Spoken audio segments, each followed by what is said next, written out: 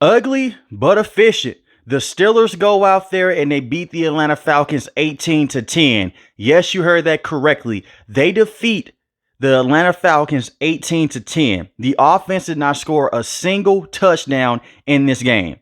Kirk Cousins had 2 interceptions on the day and was also a fumble recovered as well by the Steelers. I want to do something new in my recap videos. I want to give out some MVPs for the game. TJ Watt, best defensive player in the NFL. Give this guy MVP and player of the game besides Chris Boswell, who I'm going to get into in the next couple of minutes. TJ Watt was phenomenal. From the first quarter all the way to the end of the fourth quarter, he was great. He's phenomenal. He should have won Defensive Player of the Year last season. He's definitely going to be in the conversation to win it this year. He's been in the conversation to win Defensive Player of the Year every single year over the last 3 to 4 years. But this guy right here is phenomenal. I can't say enough good things about TJ Watt. Alex Highsmith as well. Had an amazing game. Was pressuring Kirk Cousins all day long, stopping the run. It was a point in time in this game to where the Atlanta Falcons could not do anything on the ground. Bijan Robinson only averaged 4 yards a carry. He had 18 carries for 68 yards. That was it.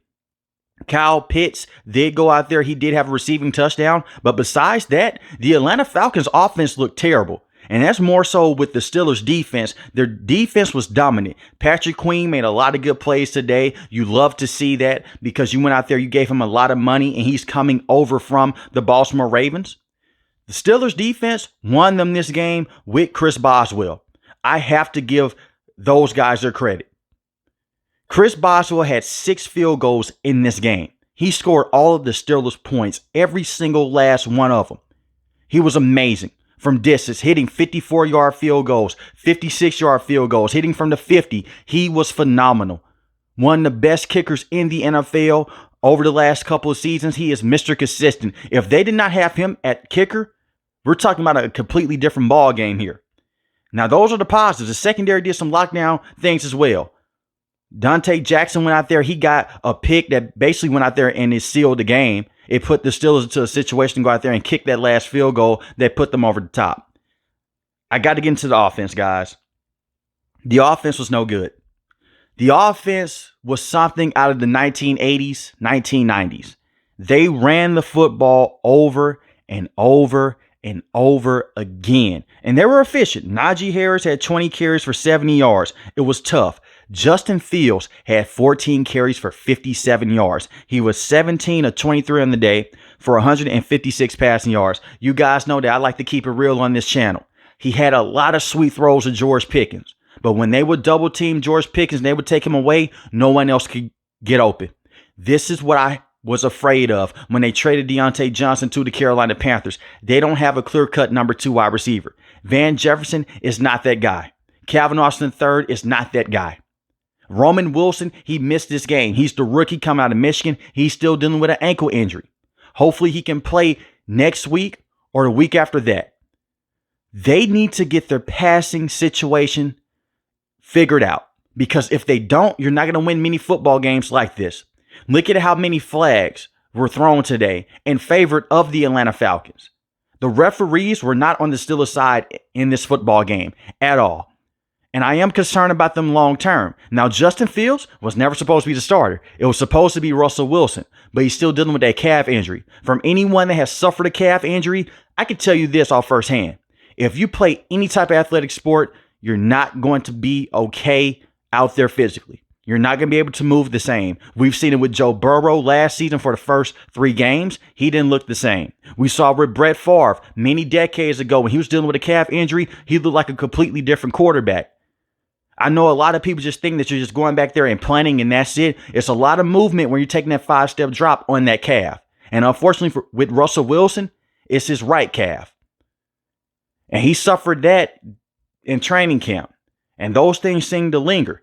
I think that Justin Fields can be a very good backup as a starter from week to week. I just don't see it, especially in this offense. Arthur Smith called an ugly, grimy football game, but I would give him credit. A lot of the run plays in the second half, they started to work. The offense looks better in this one game with Arthur Smith over Matt Canada. I will say that. It's not saying much. Was the offense good today? No, not in my opinion.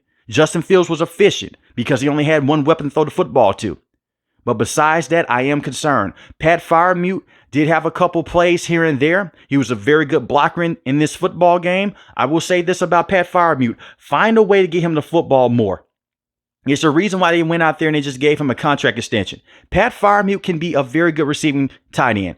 Just get him the football more.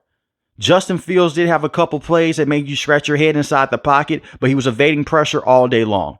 Cordell Patterson had 4 carries for 13 yards. He would have not been in that situation. Jaylen Warren is still dealing with that hamstring injury that he suffered in the preseason against the Buffalo Bills many weeks ago. He only had 2 carries for 7 yards. I will say this, if he was able to play in this game, he is the juice out of that backfield. He's the guy that can kill you from sideline to sideline, while Najee Harris is that sledgehammer running back.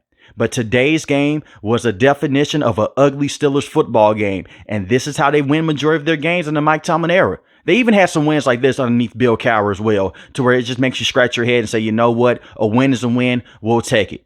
They're on to face the Denver Broncos next week. Hopefully Russell Wilson can play because that's his former team that just went out there and cut him. The offense from a passing standpoint will look better with Russell Wilson, but you're going to take a step back in terms of making electrifying plays because he doesn't have the speed of a Justin Fields. Now I see what a lot of people are saying when they say Justin Fields is basically just a running back with a strong arm. I'm not going to say that. I still think that he can do a lot of good things in terms of throwing the football deep down the field. He had a sweet play in this game to George Pickens that went for 40 yards and it set them up into field goal range right before halftime. Those splash plays are still there, but he just can't consistently do it because he hasn't been developed. And we're talking about a guy that is starting to get in that middle point of his career. I'm not saying that Justin Fields is a franchise quarterback because I don't believe that he is. But there is something there with him athletically. When running the football and pushing the pile, if that's what the Steelers want to play, hey, good luck with that. But I don't think that you can win many football games playing like this. They won this game. That was great to see. I was wrong. I thought the Atlanta Falcons were going to go out there and win this game by a field goal. Instead, the Steelers went out there and they won this football game by numerous field goals. It's the Mike Tomlin way. So right now, they're 1-0 on the season. I'm recording this before the Cleveland Browns play. But right now, they're first in their division. We saw the Baltimore Ravens just lose to the Kansas City Chiefs. We know the Steelers can give them a lot of problems, especially with Lamar Jackson.